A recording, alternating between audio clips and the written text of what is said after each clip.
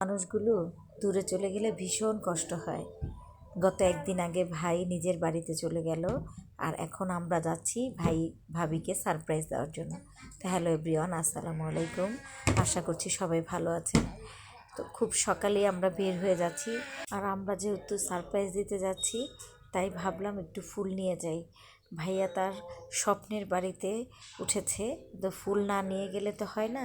তাই আমরা রাস্তায় ফুলের মালাগুলো বানিয়ে নিয়েছিলাম। খুব সকাল, তাই ফুলের তোড়া পাওয়া যায়নি।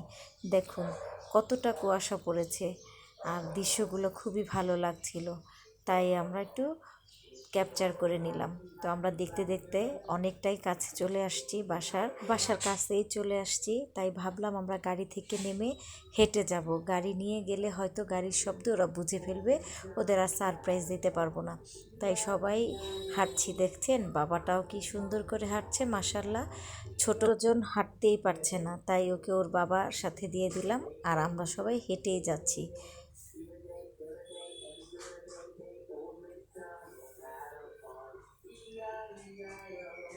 আমরা সবাই খুব এক্সাইটেড ছিলাম, আর খুব আনন্দও লাগছিল মনের মধ্যে।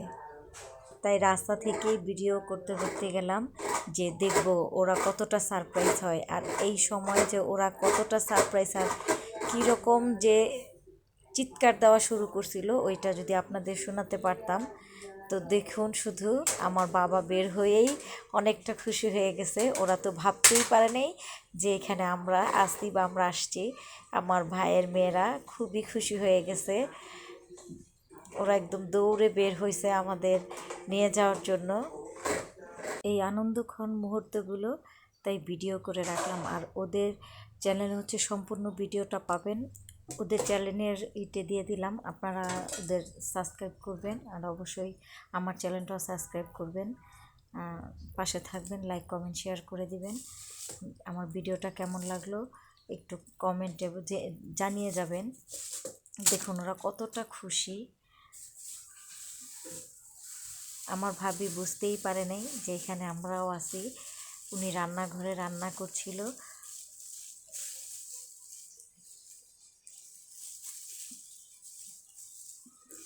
আমরা এখন বাসার মধ্যে সবাই যাচ্ছি। এটা আমার ভাইয়ের স্বপ্নের বাড়ি। দেখুন ভাবি রান্নাঘর থেকে দৌড়ে এসে আমাদের ধরে খুবই কান্না করছে। আসলে তখন আনন্দও ছিল ভীষণ, এখনও ইমোশনাল হয়ে যাচ্ছি।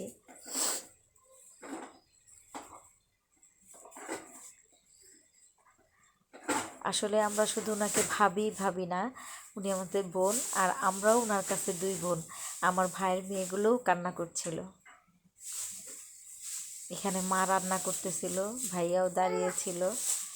আমরা সবাই রুমের মধ্যে গেলাম। এখনও বাড়িঘর তেমন গোছানো হয় নাই, অগোছালোই আছে। মাত্র একদিন হলো ভাবিরা এখানে আসছে, এগুলো গোছাইতে অনেক টাইম লাগবে।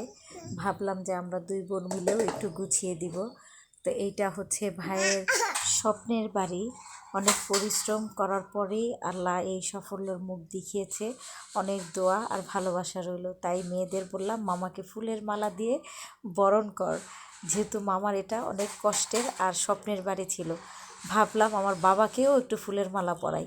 তো বাবা বলল মাথায় পাগড়ি পরে নেই। তো মেয়েরা একে একে নানাকে মালা পরিয়ে দিচ্ছে।